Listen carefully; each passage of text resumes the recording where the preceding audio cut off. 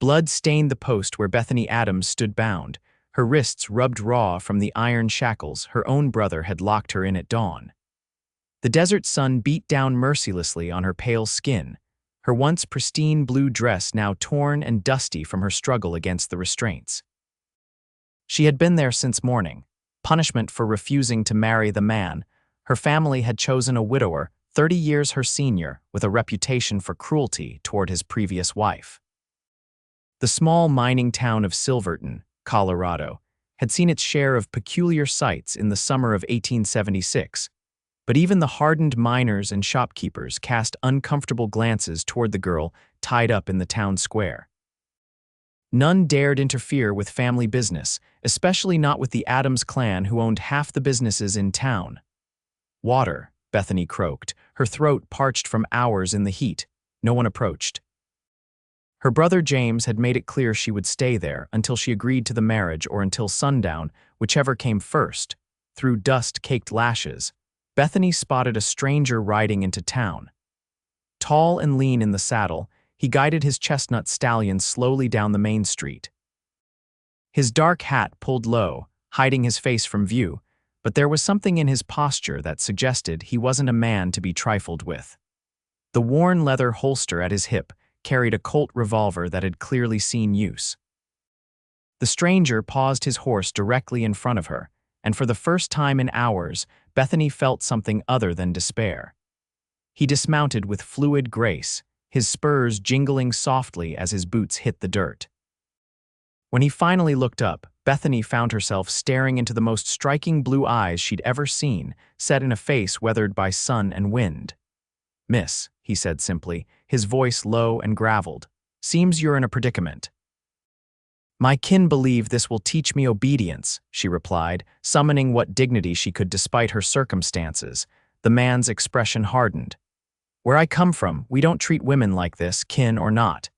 He glanced around, noting the townsfolk quickly averting their gazes. "Where's the one who did this to you?" "My brother is at the saloon," Bethany whispered. "Please, mister, don't make it worse." The stranger studied the chains binding her to the post, then reached into his saddlebag. "Name's Alex Cole," he said conversationally, as if they'd met under normal circumstances. He pulled out a set of tools that would make any locksmith proud, and I don't much care for seeing anyone treated this way. "They'll kill you," Bethany warned, though hope flickered in her chest for the first time that day. Alex's mouth curved slightly. "Many have tried." With surprising deftness, he worked the picks in the lock. "Learned this from a fella in Dodge City. Useful skill for a man who finds trouble." The first shackle clicked open, and Bethany gasped as blood rushed painfully back into her hand. Alex quickly moved to the second one. "There's going to be a commotion when they see what I'm doing," he said matter-of-factly. "When this lock opens, you run to my horse. Can you ride?" Bethany nodded. "Been riding since I was 4. Good girl." The second lock sprang open just as a shout came from the direction of the saloon. James Adams, red-faced and furious, was storming toward them, flanked by 2 of his mining friends. "What in the hell do you think you're doing?" James bellowed. Alex stepped between Bethany and her advancing brother. "The lady's coming with me." "That's my sister, you son of a bitch." "Not anymore, she isn't," Alex replied calmly, his hand hovering near his holster. "No man who'd chain his kin to a post deserves to call her sister." James lunged forward, but Alex moved with the speed of a rattlesnake, drawing his pistol and leveling it at the man's chest before James could take another step. "Now, I don't want to kill a man today," Alex said evenly. "Especially not in front of his sister, but I will if you give me cause." Bethany was already moving toward the chestnut stallion, her legs weak but determined. She grabbed the saddle horn and pulled herself up with strength she didn't know she still possessed. "You're making a grave mistake," James snarled. "She's promised to marry Patrick Sullivan tomorrow." "The contracts are signed." Alex backed toward his horse, gun still trained on James. "Contracts signed without her consent mean nothing where we're going." In one smooth motion, he holstered his weapon and swung up behind Bethany on the saddle. "Hold on tight," he murmured in her ear. The stallion bolted forward as James reached for his own pistol. A shot rang out, kicking up dust near the horse's hooves, but Alex had already urged the animal into a gallop. They thundered down the main street and out of town, the sounds of pursuit fading behind them. "They'll come after us," Bethany said, gripping the saddle horn as they rode hard into the wilderness. "Let them try," Alex replied, his arm secure around her waist. "By nightfall, we'll be where they can't find us." The vast Colorado landscape opened before them, mountains rising in the distance, forests and valleys offering sanctuary. For the first time in her 21 years, Bethany Adams felt the exhilarating rush of true freedom, despite the uncertainty that lay ahead. "Where are we going?" she asked over the wind rushing past them. Alex guided the horse toward a narrow trail leading into dense pine forest. "I've got a cabin, 3 days' ride from here. No one knows about it except me." "And why would you risk your life for a stranger?" Bethany pressed, still unable to believe her sudden change in fortune. There was a long pause before he answered. "My sister was forced to marry a man she despised. Died 6 months later, some say from pneumonia, I say from a broken heart." His voice hardened. "I swore I'd never stand by again when I saw someone in similar straits." Bethany fell silent, processing his words as they continued their escape into the wilderness. The sun began its descent toward the horizon, painting the sky in brilliant oranges and purples. Her wrists throbbed painfully, and her body ached from hours of standing shackled, but a strange peace had settled over her. Whatever lay ahead, it had to be better than what she'd left behind. As dusk fell, Alex guided the horse into a secluded clearing beside a small creek. The stallion was breathing hard, foam flecking its neck from the exertion of carrying double for so many miles. "We'll rest here for the night," Alex said, dismounting and reaching up to help Bethany down. Her legs buckled when her feet touched the ground, and Alex caught her before she could fall. "Easy now. You've been through a lot today."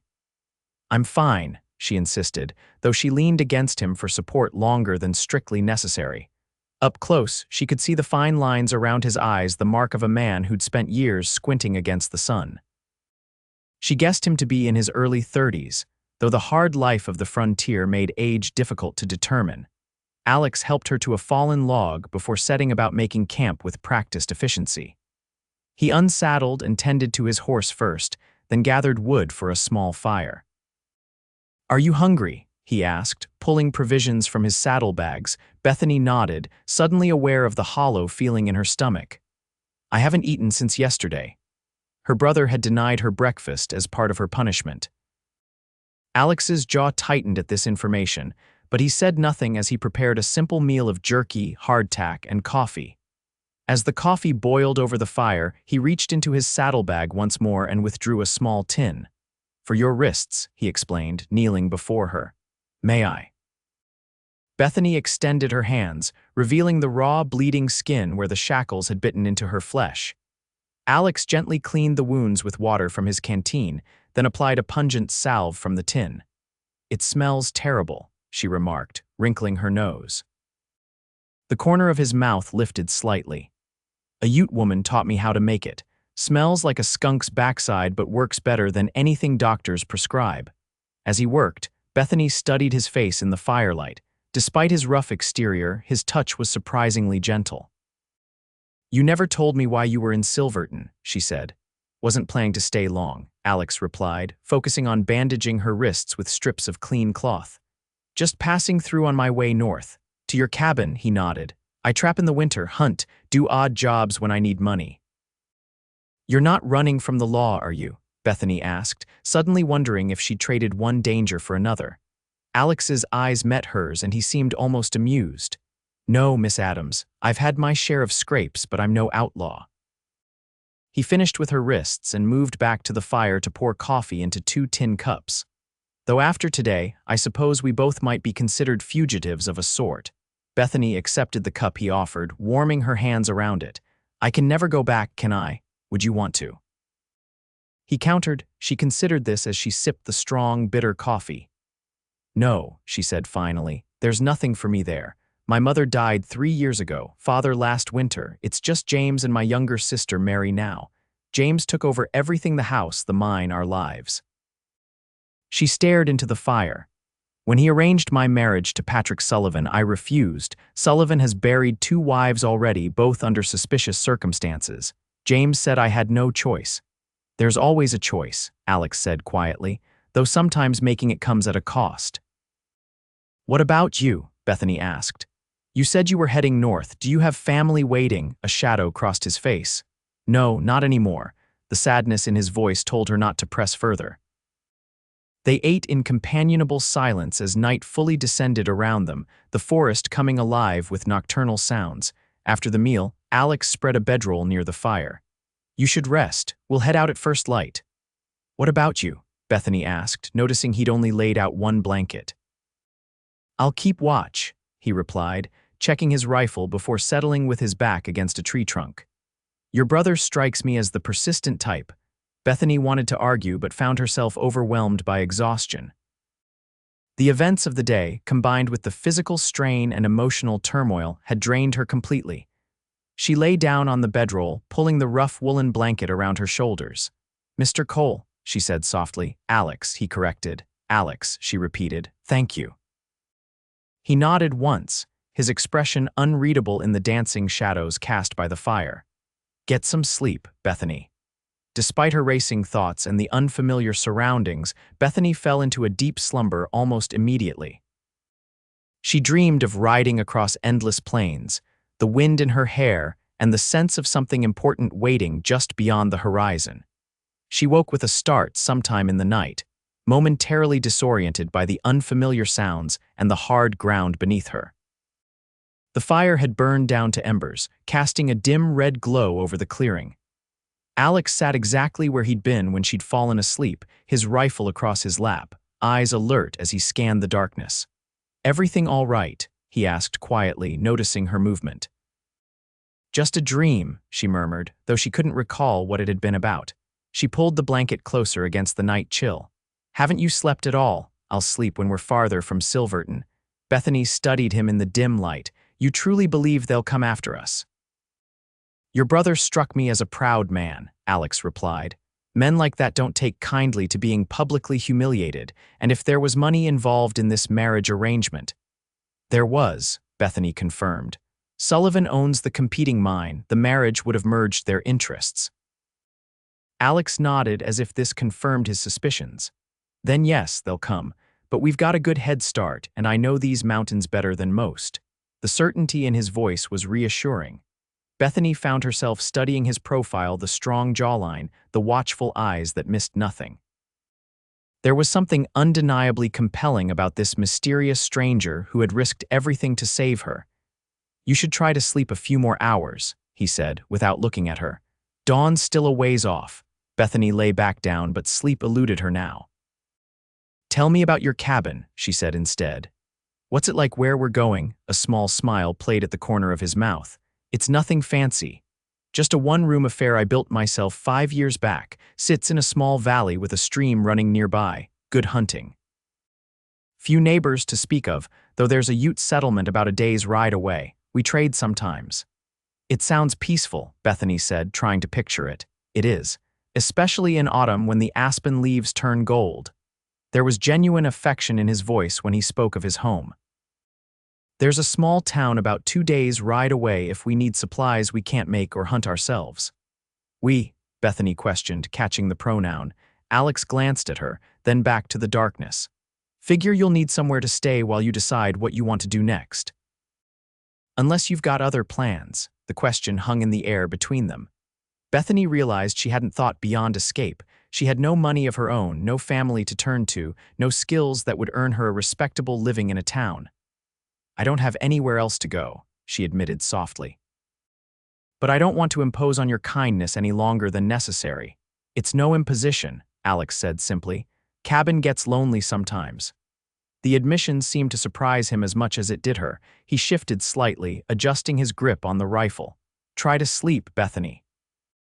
We've got hard riding ahead tomorrow. This time, Bethany did as he suggested, though it took longer for sleep to claim her. Her mind was filled with images of a solitary cabin in a peaceful valley and the enigmatic man who called it home. Dawn broke with a chorus of birdsong and the soft golden light filtering through the pine branches. Bethany awoke to find Alex already packing up their small camp, the fire doused and the horse saddled. "Morning," he said, noticing her stirring. "There's coffee if you want it. We should move soon." Bethany sat up, wincing at the stiffness in her muscles. The events of the previous day came rushing back, along with the realization that she had fled her home with nothing but the clothes on her back. She ran a hand through her tangled auburn hair, suddenly conscious of her disheveled appearance.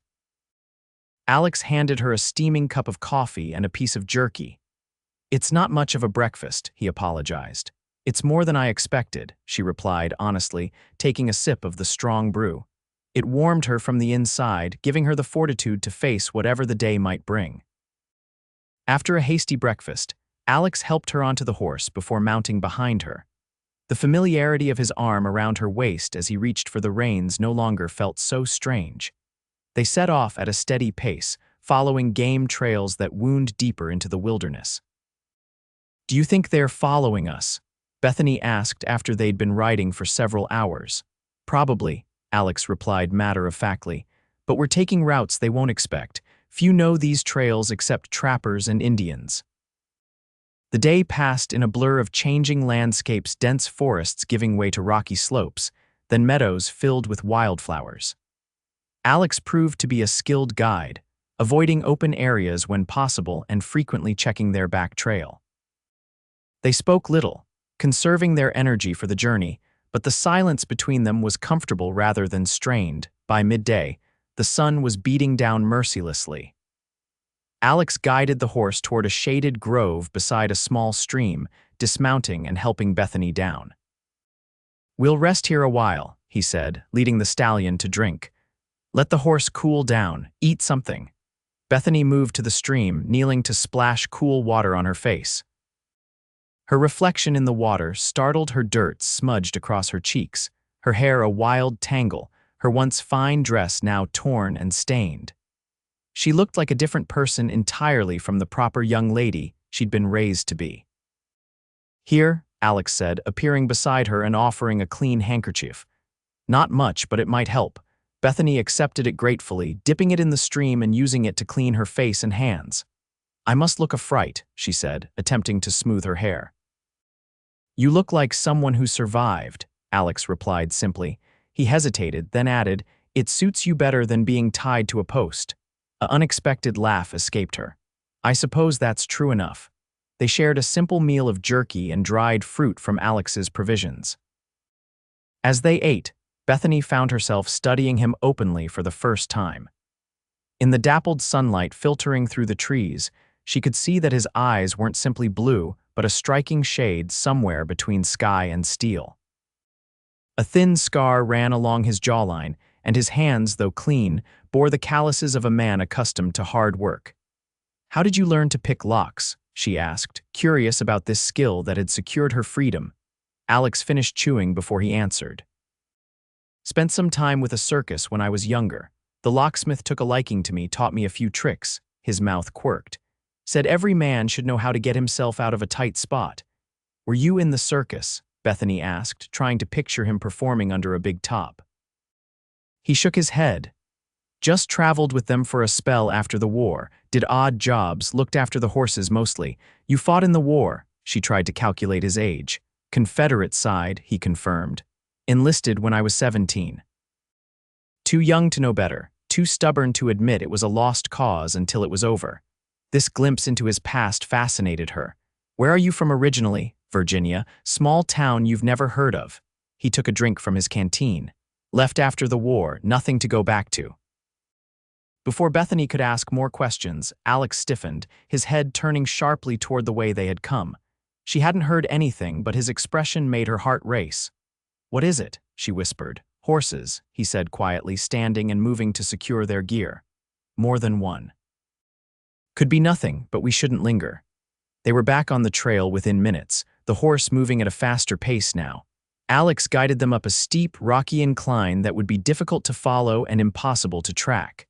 At the top, he paused briefly, looking back the way they had come. Bethany followed his gaze and saw what had alarmed him in the distance. 3 riders were visible, moving along the main trail they had left earlier. "James?" she asked, her mouth suddenly dry. "Can't tell from here," Alex replied, "but I don't believe in coincidences." They continued on, following increasingly difficult paths that forced them to dismount and lead the horse in some places. By late afternoon, dark clouds had gathered, and the first drops of rain began to fall. "There's an old mining cabin about 2 miles ahead," Alex said as the rain intensified. "Not much, but it'll keep us dry for the night." The rain became a downpour, soaking them to the skin despite the shelter of the trees. Thunder rolled across the sky, and lightning illuminated the darkening forest in brief, eerie flashes. Bethany was shivering by the time a dilapidated cabin came into view, nearly hidden among the pines. Alex led the horse to a lean-to attached to the side of the cabin, then helped Bethany inside. The interior was dusty but dry, with a small stone fireplace, a rough wooden table with a single chair, and a narrow cot against one wall. "Not exactly the Brown Palace Hotel," Alex commented dryly as he set down their belongings. "It's perfect," Bethany replied sincerely, relieved to be out of the rain. While Alex tended to the horse, Bethany explored the cabin. Previous occupants had left a few supplies, some candles, a dented pot, and a stack of firewood beside the hearth. She busied herself sweeping decades of dust from the floor with a crude broom she found in the corner. Alex returned with his saddlebags and rifle, shaking water from his hat. "Storm's getting worse," he reported. "Good news is it'll wash away our tracks." He set about building a fire while Bethany continued her cleaning efforts. Soon, the small cabin was filled with the warm glow of firelight, making it feel almost cozy despite its bare-bones accommodations. "You should get out of those wet clothes," Alex said, keeping his back to her as he arranged their supplies. "I have a spare shirt in my bag. It'll be big on you, but it's dry." Bethany blushed at the suggestion, but practicality won over modesty. She was chilled to the bone, and pneumonia was a real danger in these mountains.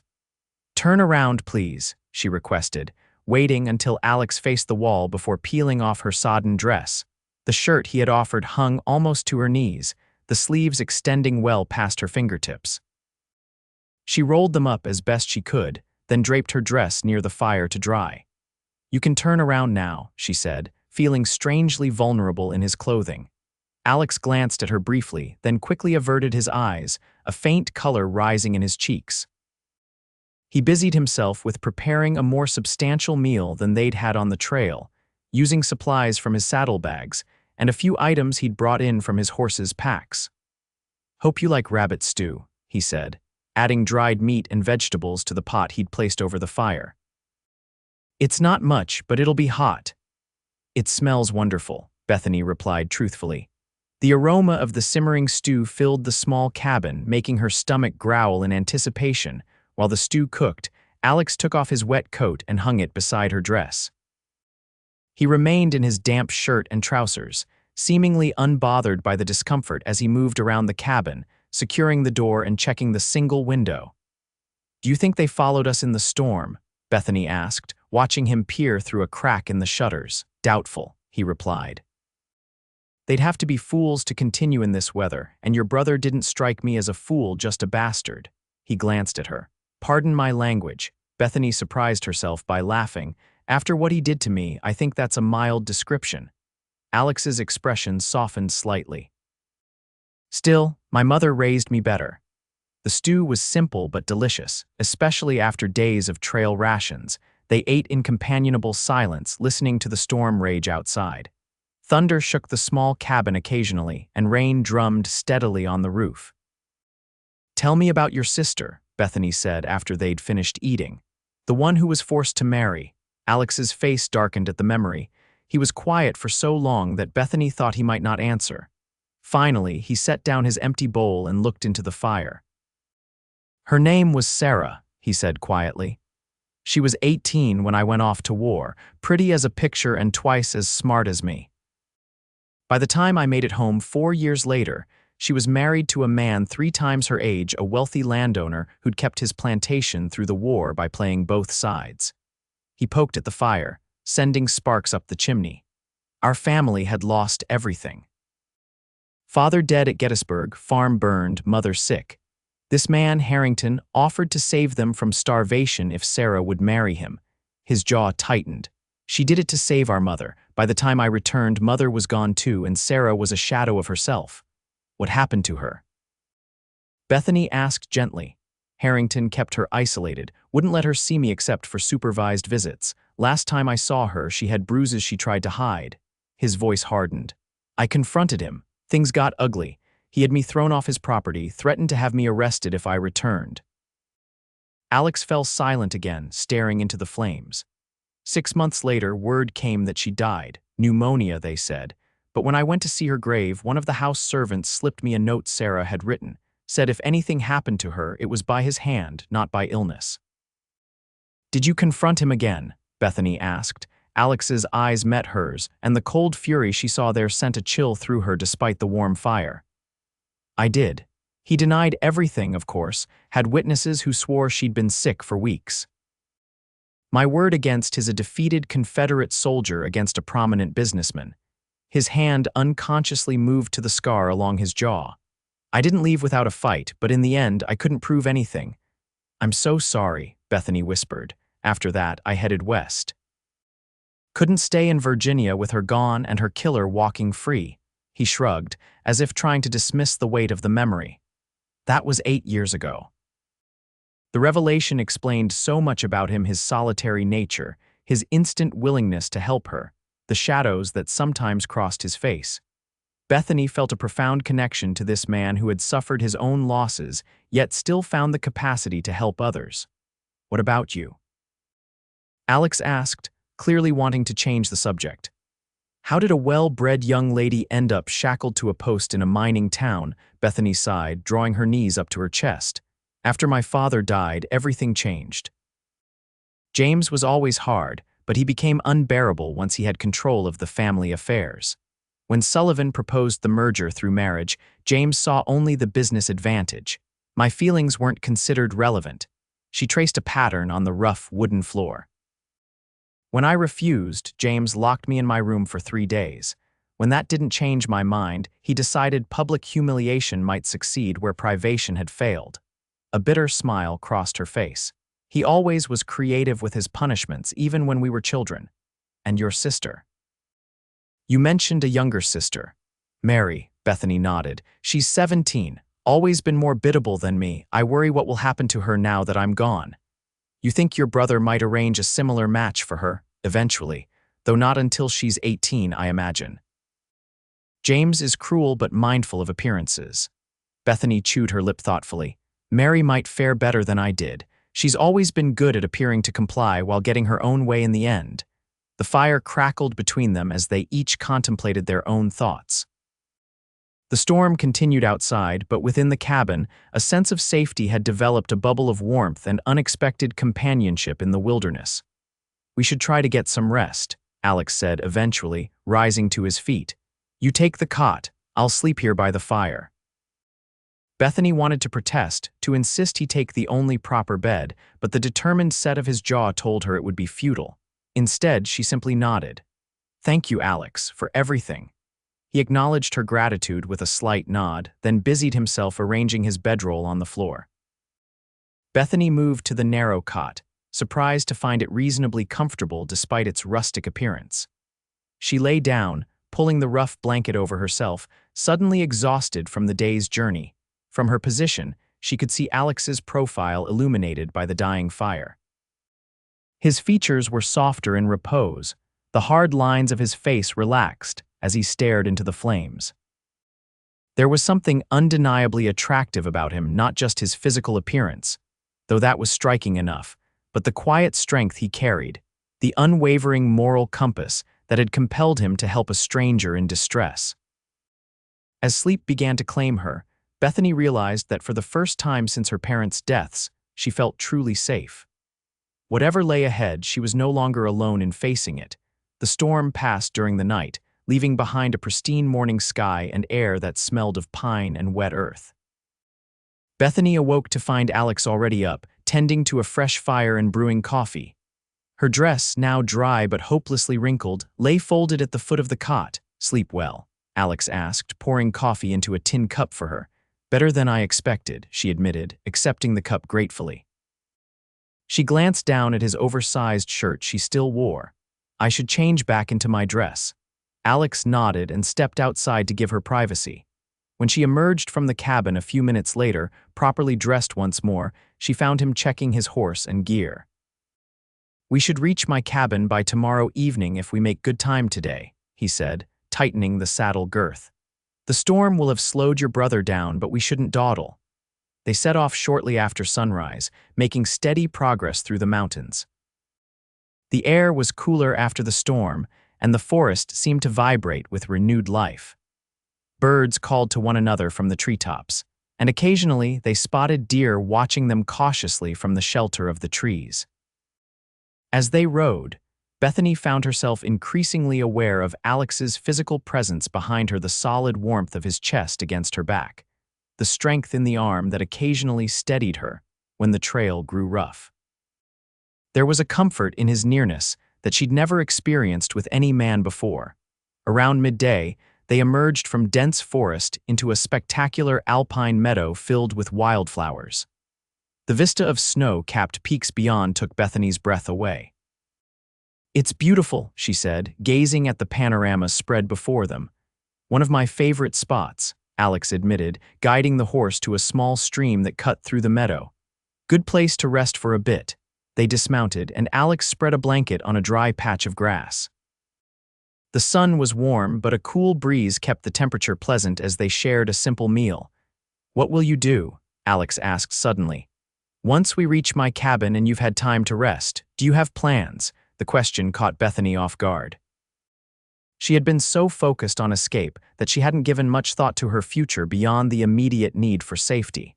I don't know, she admitted. I have some education reading, writing, figures. Perhaps I could find work as a teacher somewhere. She plucked a wildflower absently. Though I'd need references, which I don't have. Alex nodded thoughtfully. The town near my place, Pinewood, it's small but growing.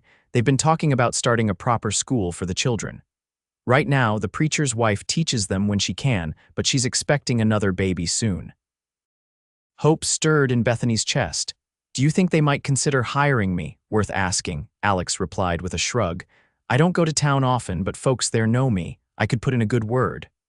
Why would you do that? Bethany asked. You've already done so much and you barely know me.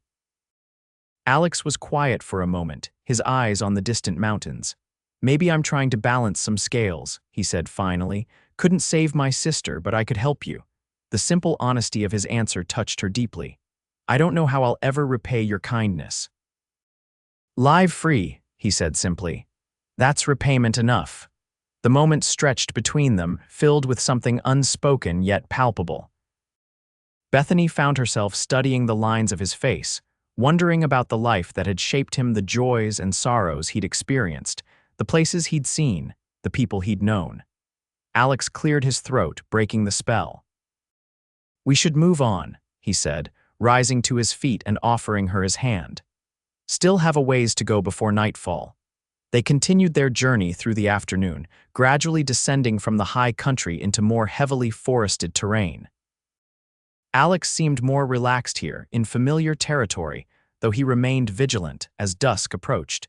They made camp near a small lake nestled among the pines. This time, Alex allowed himself to sleep for a few hours while Bethany kept watch, showing her how to handle his rifle in case of trouble, though he assured her the chances of encountering either pursuers or dangerous wildlife were slim this far from their starting point. Sitting beside the fire while Alex slept, Bethany found herself contemplating the strange turn her life had taken. A week ago, she had been a respectable young lady from a prominent family, facing a future prescribed by her brother's ambitions.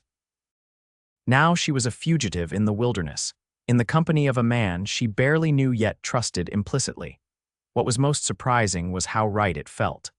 Despite the danger and uncertainty, there was a sense of authenticity to this new life that had been missing before.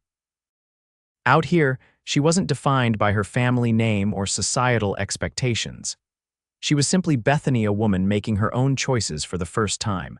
When Alex woke and took over the watch, insisting she get some rest, Bethany fell asleep with a newfound peace in her heart. Whatever the future held, she would face it on her own terms. They reached Alex's cabin the following evening, just as the setting sun painted the western sky in brilliant hues of orange and gold.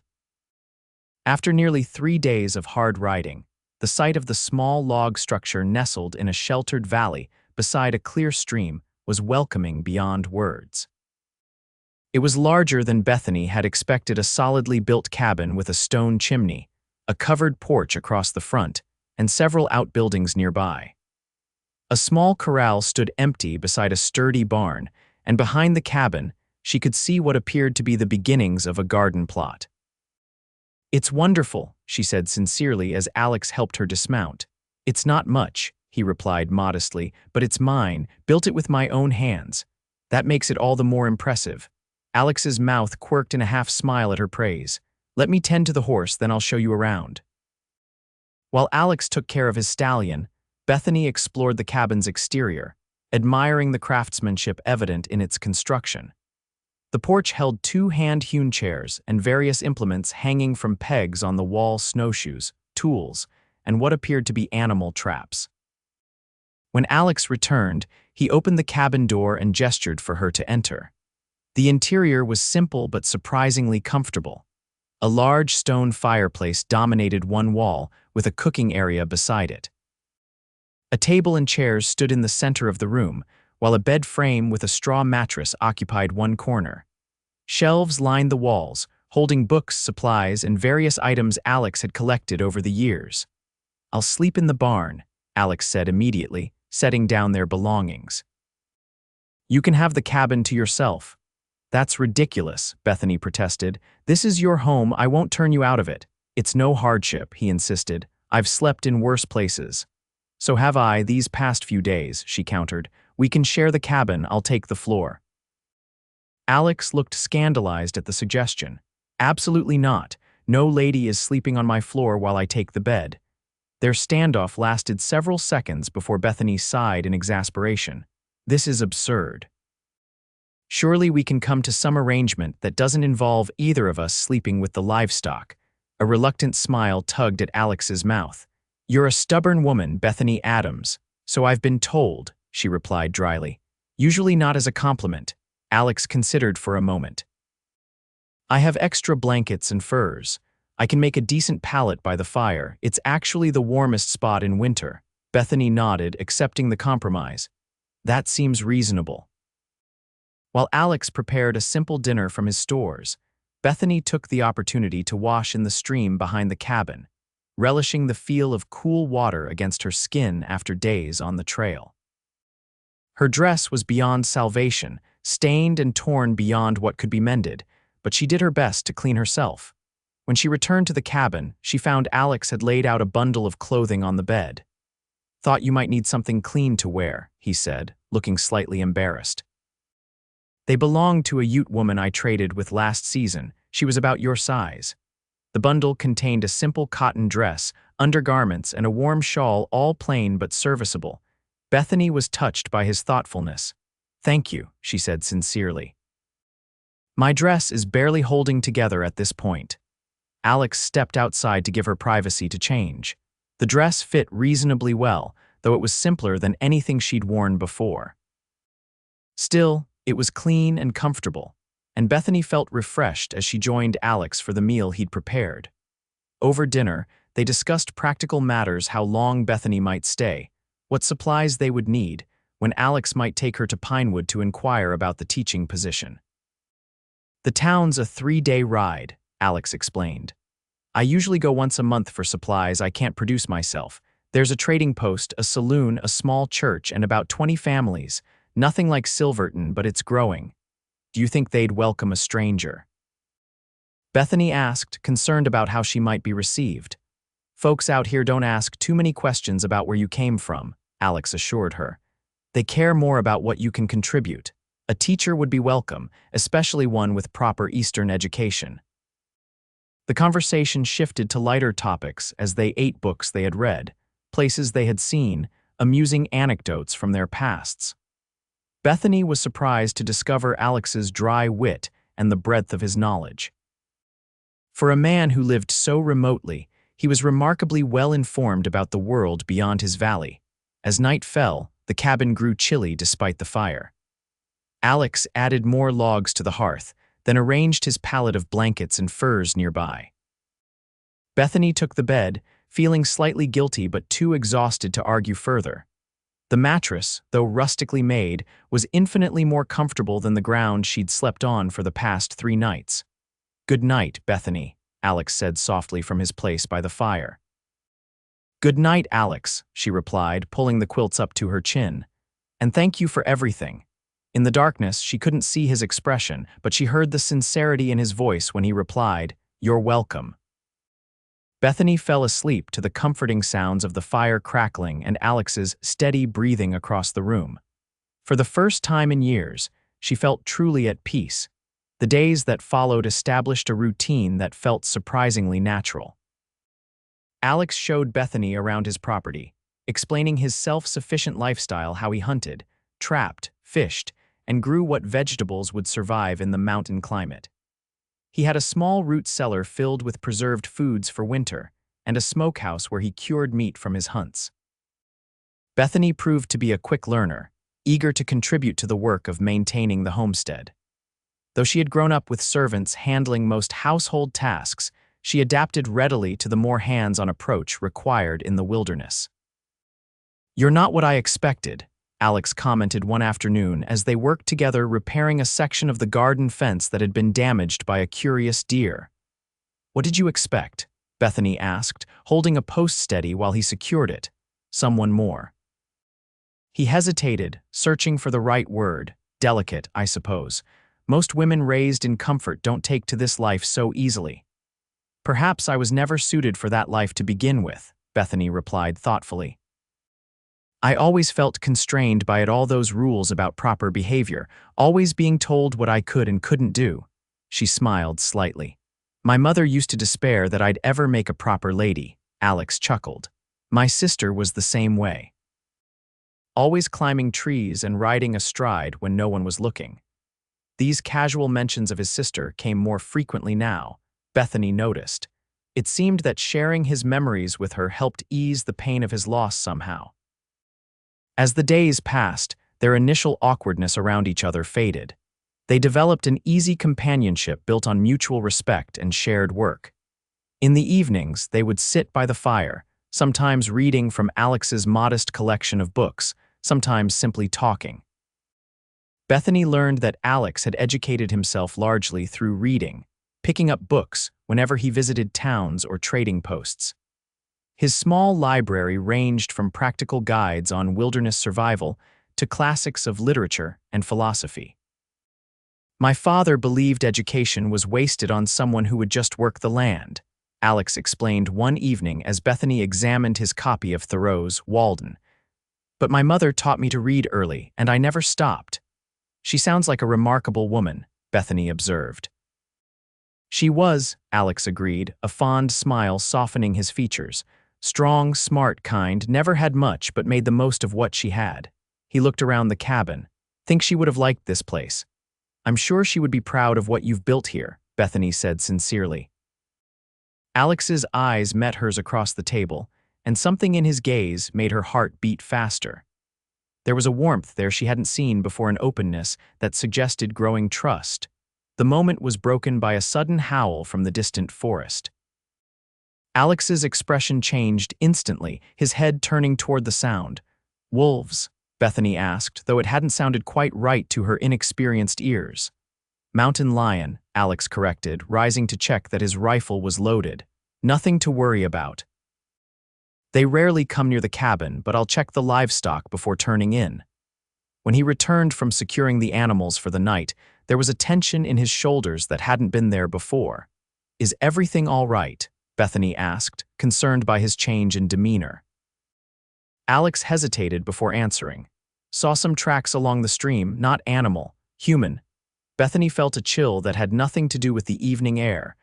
"Do you think?" "Probably nothing," he interrupted, though his tone lacked conviction. "Could be a trapper passing through or someone from the Ute settlement." He checked his rifle again, then placed it within easy reach of his sleeping pallet. "Just being cautious." That night, Bethany lay awake long after Alex's breathing had deepened into sleep. The possibility that James might have somehow tracked them this far seemed remote, yet the fear lingered. It wasn't just concern for herself, she worried what might happen to Alex if her brother found them. James was not a man who forgave easily, and Alex had publicly humiliated him. Eventually, exhaustion overcame her anxiety, and she drifted into an uneasy sleep filled with troubling dreams. Morning brought no signs of intruders, and Alex seemed less concerned in the daylight. Still, he insisted on accompanying Bethany whenever she ventured away from the cabin, and he kept his rifle close at hand. A week passed without incident, and they gradually relaxed their vigilance. Life settled into a pleasant rhythm that felt increasingly natural to Bethany. She found herself looking forward to their evenings together, when conversation flowed easily and laughter came more frequently. She also became increasingly aware of Alex as a man, the way sunlight caught in his hair when he worked outdoors, the grace with which he moved despite his size, the gentleness in hands that could so easily wield weapons or tools. She found herself watching him when he wasn't looking, noting the small changes in his expression when he spoke of things that mattered to him. For his part, Alex seemed to be struggling with his own awareness of her. Sometimes, she would catch him looking at her with an intensity that made her flush, only for him to quickly avert his gaze and find some task that required his immediate attention. The unspoken attraction between them grew with each passing day, creating a tension that neither seemed willing to acknowledge directly. Bethany knew that propriety dictated she should maintain a certain distance. She was, after all, an unmarried woman living under the roof of a bachelor. Yet the conventional rules of society seemed absurdly irrelevant in this remote wilderness where they depended on each other for companionship and survival. One evening, as they sat side by side on the porch watching the sunset paint the valley in gold and purple, Alex broke their comfortable silence. "We should head to Pinewood in a few days," he said, his eyes on the distant mountains. "Weather's holding good, be a good time to make the journey." Bethany felt a strange reluctance at the prospect, though she knew it was the sensible course of action. "Do you think they'll really need a teacher? Last time I was there, the preacher's wife was complaining about handling both her household and the school." Alex glanced at her. "A proper educated lady offering to take over would be welcome, I'd wager. And if they hire me, would I stay in town?" The question held more weight than she intended, and she saw Alex's hands tighten slightly on the arms of his chair. "There's a boarding house," he replied carefully. "Run by a widow, respectable place." He paused. "Or you could stay here and ride in daily, weather permitting. It's not too far if you know the shortcuts." The offer hung between them, laden with implications neither was ready to voice. Staying at the cabin permanently would raise eyebrows, even in the less rigid social structure of the frontier. Yet the thought of leaving this place, leaving Alex, filled Bethany with a sadness she hadn't anticipated. "I suppose we should see if they offer me the position before making such decisions," she said eventually. Alex nodded, his expression unreadable in the fading light. Practical approach. The next few days were filled with preparations for the journey. Alex checked and repaired his tack, while Bethany put together what few possessions she had accumulated: the clothes Alex had given her, a small journal she had started keeping, and a carved wooden figurine of a horse that Alex had made for her during an evening by the fire. The night before their planned departure, a storm blew in from the mountains, bringing driving rain and fierce winds that rattled the cabin's sturdy walls. Thunder crashed overhead, and lightning illuminated the room in brief, brilliant flashes. Unable to sleep, Bethany sat up in bed watching the storm through the small window. Alex, too, was awake, adding wood to the fire to combat the unusual chill brought by the storm. "Never known weather to change so quickly here," he commented, returning to his pallet. "Will it delay our trip?" Bethany asked, trying to keep the relief from her voice. "Probably. Mountain trails get dangerous after heavy rain. Slides, washouts." He settled back against his improvised pillow. "Might have to wait a few days for things to dry out." Bethany nodded, secretly pleased by the postponement. These past weeks in the cabin had been the happiest of her adult life, despite the circumstances that had brought her here. Each day alongside Alex had deepened her feelings for him in ways she hadn't thought possible. "Alex," she said quietly, gathering her courage, "may I ask you something?" "Of course." He sat up, his features half illuminated by the firelight.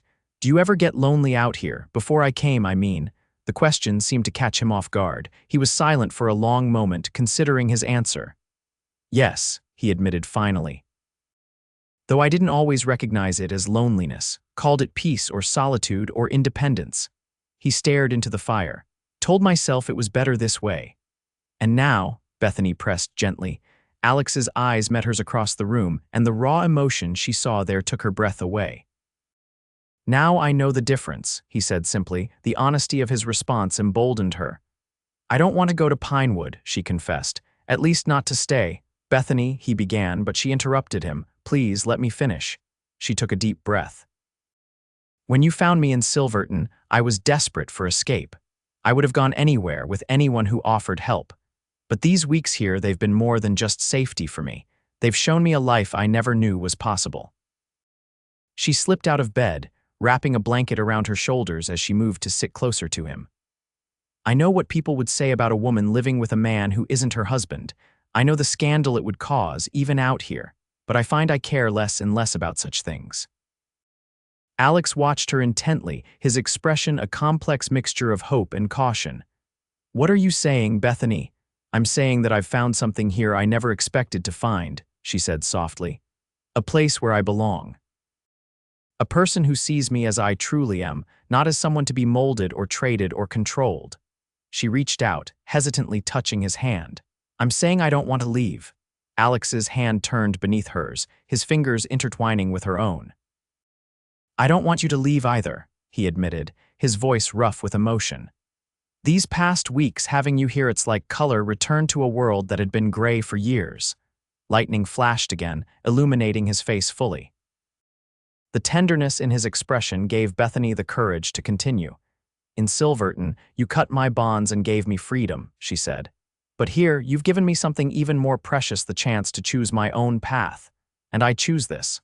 I choose you if you'll have me." Alex's free hand moved to gently touch her cheek. "Are you certain? This life isn't easy, winters are harsh, comforts are few, and there would be talk, no matter how discreet we tried to be." "I've never been more certain of anything," she replied firmly. "And as for talk, let them talk. I've lived my life according to others' expectations for too long. I won't do it anymore." The storm raged outside, but within the cabin, a different kind of energy crackled between them. Alex's thumb traced the line of her jaw, his touch feather-light yet sending warmth coursing through her. "Bethany Adams," he said softly, "you are the most extraordinary woman I've ever known." And then he was kissing her, his lips gentle at first, then more insistent as she responded with equal fervor. The blanket slipped from her shoulders as her arms went around his neck, drawing him closer. Years of loneliness and pain seemed to melt away in the heat of their embrace, replaced by a joy so intense it bordered on pain. When they finally broke apart, both breathless, Alex rested his forehead against hers. "I never expected this," he murmured. "Never thought I'd find someone who would choose this life, choose me." "Neither did I," Bethany replied honestly, "but now I can't imagine any other path."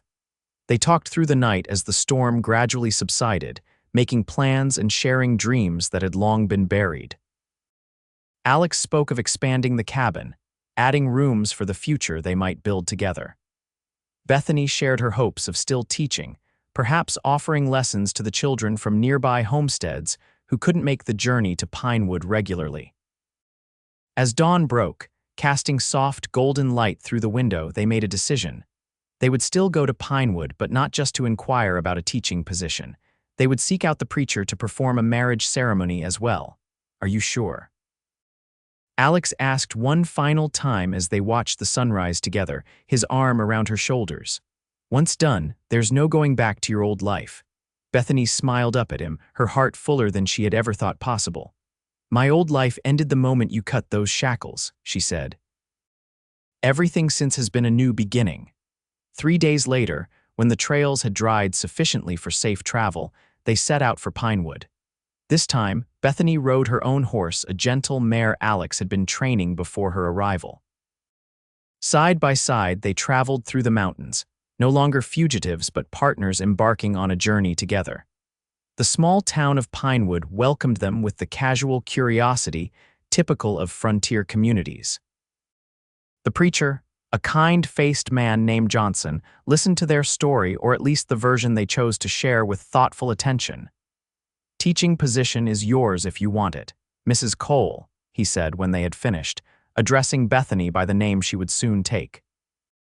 "School's not much, just a room behind the church, but the children are eager to learn." "Thank you," Bethany replied, touched by the immediate acceptance. "I would be honored to teach them."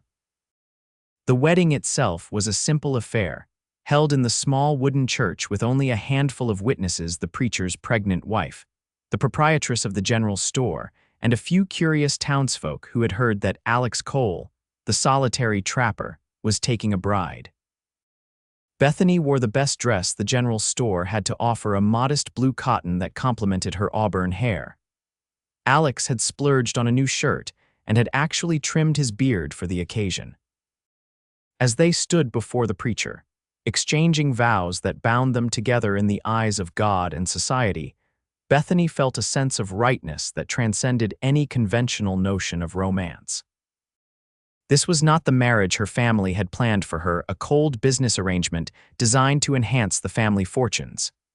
This was a union born of mutual respect, shared hardship, and a love that had grown naturally in the wilderness they both called home. As the preacher pronounced them husband and wife, Alex's hand tightened around hers, his eyes conveying emotions too profound for words. In that moment, Bethany knew with absolute certainty that the terrible day she had spent shackled to a post in Silverton had been the beginning of her true freedom. They spent one night at the boarding house in Pinewood, their wedding night, before beginning the journey back to their cabin. As they rode side by side through the familiar mountain trails, now as husband and wife, Bethany reflected on the extraordinary path that had brought her to this point. "Any regrets?" Alex asked. Noticing her thoughtful expression, Bethany smiled, shaking her head. "Only that I didn't meet you sooner." The cabin welcomed them back like an old friend, standing solid and secure in its peaceful valley. As Alex helped Bethany down from her horse, he surprised her by sweeping her into his arms and carrying her across the threshold. "Welcome home, Mrs. Cole," he said, his voice thick with emotion. "Home," Bethany repeated, tasting the word like a prayer. After years of feeling adrift, she had finally found her anchor in this man and the life they would build together. In the months that followed, they settled into a rhythm that suited them both. 3 days a week, Bethany rode to Pinewood to teach the growing number of children in the school. The other days, she worked alongside Alex on their homestead, learning the skills necessary for frontier survival and adding her own touches to their shared home. Word eventually reached them that James Adams had indeed pursued them for several days after their escape from Silverton, but had been forced to turn back after the storm washed away their trail. According to travelers passing through from the mining regions, he had publicly declared his sister dead to him, a pronouncement that caused Bethany more relief than pain. As winter approached, bringing the first snows to their mountain valley, Alex and Bethany completed the addition to their cabin, a second room that would serve as both Bethany's study and, they hoped, a nursery in the future. On a crisp December evening, as they sat before the fire in the comfortable silence of two people who no longer needed constant words to communicate, Bethany took Alex's hand and placed it gently on her stomach. "We may need that nursery sooner than we thought," she said softly, watching his expression transform from confusion to wonder to unbridled joy. "You're certain?" he asked, his voice hardly more than a whisper. Bethany nodded, her eyes shining with happy tears. "As certain as I can be. Come spring, there will be 3 of us in this cabin." Alex gathered her into his arms, holding her as if she were the most precious thing in the world. In that moment, the last shadows of his past seemed to lift, replaced by the promise of a future brighter than either of them had dared to imagine. Outside, snow began to fall, blanketing their valley in pristine white. Inside, warmed by fire and love, Bethany and Alex Cole looked toward the future they would build together, a future born from an act of courage on a dusty street in Silverton, where a stranger had cut the bonds of a shackled woman and offered her a chance at true freedom. Their story, like the frontier itself, was one of hardship overcome, unexpected beauty discovered, and the remarkable resilience of the human heart. It was a story that would be told for generations in their family, how love had bloomed in the wilderness between a solitary trapper and the woman he had rescued, and how that love had transformed them both. As the fire burned low and the night deepened around their cabin, Bethany rested her head against her husband's shoulder, perfectly content. The shackles that had once bound her wrists had left their scars thin white lines that would never fully fade. But they served as a reminder of how far she had come, and the strength she had found within herself, from captive to teacher, from obligation to love, from confinement to the vast freedom of the frontier. Bethany Adams Cole had journeyed further than mere miles could measure. And as the first snowflakes of winter danced past their window, she knew that the greatest adventures still lay ahead, in the life she and Alex would build together in their mountain home. In the years that followed, their family grew along with their homestead. Their first child, a daughter they named Sarah, after Alex's sister was born on a bright spring morning with the help of a Ute midwife. She had her father's striking blue eyes and her mother's determined spirit. 2 years later, a son joined the family, followed by another daughter the year after that. The cabin expanded accordingly, with Alex adding rooms as their needs grew. What had once been a bachelor's simple shelter became a proper family home, filled with books, handmade furniture, and the constant bustle of young lives. Bethany continued teaching in Pinewood, eventually overseeing the construction of a proper schoolhouse as the town grew. Her reputation as an educator spread throughout the region, bringing students from as far as 20 miles away to learn from the refined lady who had mysteriously appeared one day alongside the reclusive trapper. For his part, Alex found unexpected joy in fatherhood, teaching his children the skills of wilderness survival while encouraging the same love of learning that Bethany had inspired in her students. The shadows that had once haunted him receded further with each passing year, replaced by the simple contentment of a man who had found his purpose. Occasionally, travelers from the east would bring news of Silverton and the Adams family. James had eventually married Patrick Sullivan's daughter in an ironic twist of fate, consolidating the mining interests he had once hoped to secure through Bethany's unwilling marriage. Mary had escaped a similar fate by eloping with a young cavalry officer, causing another scandal that had apparently aged James considerably. Such news held little interest for Bethany now. Her life was firmly rooted in the present and focused on the future, on watching her children grow, on building community in their remote corner of the frontier, on the deepening bond with the man who had become her partner in all things. On their 10th wedding anniversary, as they stood together on the porch of their home watching their children play in the meadow below, Alex pulled Bethany close. "Do you ever wonder how different life might have been if I hadn't ridden into Silverton that day?" he asked. Bethany considered the question, her gaze taking in the home they had built, the family they had created, the life they had forged together. "Sometimes," she admitted. "But then I remember something my mother once told me, that fate puts us where we need to be, even if we don't recognize it at the time." Alex smiled, pressing a kiss to her temple. "Then I'm grateful fate led me to that dusty street and to you." As the sun set behind the mountains they both loved, painting the sky in the same brilliant colors as on the day they had first arrived at the cabin together, Bethany reflected on the extraordinary journey that had brought her to this moment. From the desperate young woman shackled to a post to the confident wife, mother, and teacher she had become, every step, even the painful ones, had been necessary. The iron that had once bound her wrists had left its marks, but the freedom she had found in its aftermath had healed wounds far deeper than those visible on her skin. In cutting those chains, Alex had offered her not just escape but possibility, the chance to discover who she truly was, and what she was capable of becoming. That gift, more precious than any material possession, had transformed not just her life, but the lives of all she touched: her children, her students, the growing community around them, and most of all, the man who had risked everything to help a stranger in distress. As darkness fell, and they gathered their children to return inside, the cabin windows glowed with welcoming light, a beacon in the wilderness that had become home. Within those walls, built by love as much as by hands, the legacy of their courage would continue, a testament to the power of one moment of compassion to change not just a life, but generations to come. And so their story, which had begun with shackles and desperation, continued with freedom and hope, an enduring reminder that even in the harshest landscapes, both of nature and of human experience, love could take root and flourish, transforming wilderness into sanctuary and strangers into family.